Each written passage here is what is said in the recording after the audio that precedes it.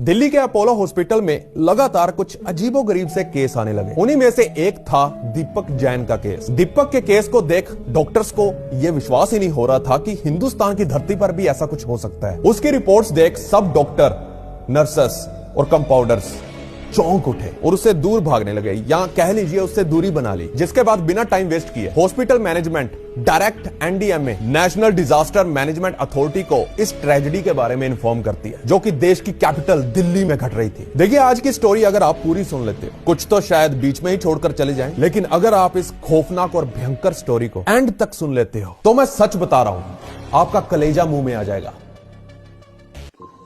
फरवरी 2010 मायापुरी कबाड़ मार्केट में हरचंद सिंह जी की शॉप नंबर D2/80 पर कुछ कबाड़ पहुंचता है। वो उसमें से अपने काम का सामान निकाल के उस कबाड़ को आगे गिरिराज गुप्ता नाम के कबाड़ डीलर को बेच देते हैं। मैंने यहाँ उसको ला के डिसमेंटल करके गिरजर को बेच दी और गुप्ता जी उसमें से अपनी जरूरत की चीजों को डिसमेंटल करके नेक्स्ट डीलर दीपक जैन नाम के कबाड़िये को सेल कर देते हैं। देखिए, अब इंटरेस्टिंग चीजें यहीं से चालू होना शुरू हो जाती हैं। दीपक और उनके लेबर वर्कर जब उस कबाड़ को पूरी तरह से डिसमेंटल कर रहे होते हैं तो उसमें से उन्हें पेंसिल की आकार की कुछ स्टिक्स मिलती हैं, जो कि दिखने में काफी रेयर और कीमती लग रही थी। उन डिसमेंटल की गई 15 पेंसिल के टुकड़ों को दीपक जी अपनी अलमीरा में संभाल के रख लेते हैं और बची हुई एक पेंसिल के टुकड़े को वो अपनी नेबर शॉप D2/62 के मालिक अजय जैन को सेल कर देते हैं। अजय जैन जी उस टुकड़े को देखकर काफी एक्साइटेड हुए। उन्होंने इस तरह की चीज पहले अपनी जिंदगी में कभी भी नहीं देखी थी। उन्हें वो पीस मनमोहित करने लगा और पसंद आ गया, तो उन्होंने उस टुकड़े को अपने बटुए में डालकर अपनी बैक पॉकेट में संभाल के रख लिया। देखिए, अजय जैन जो कि मीरा भाग के रेजिडेंट है, वो शाम को अपने घर जाते हैं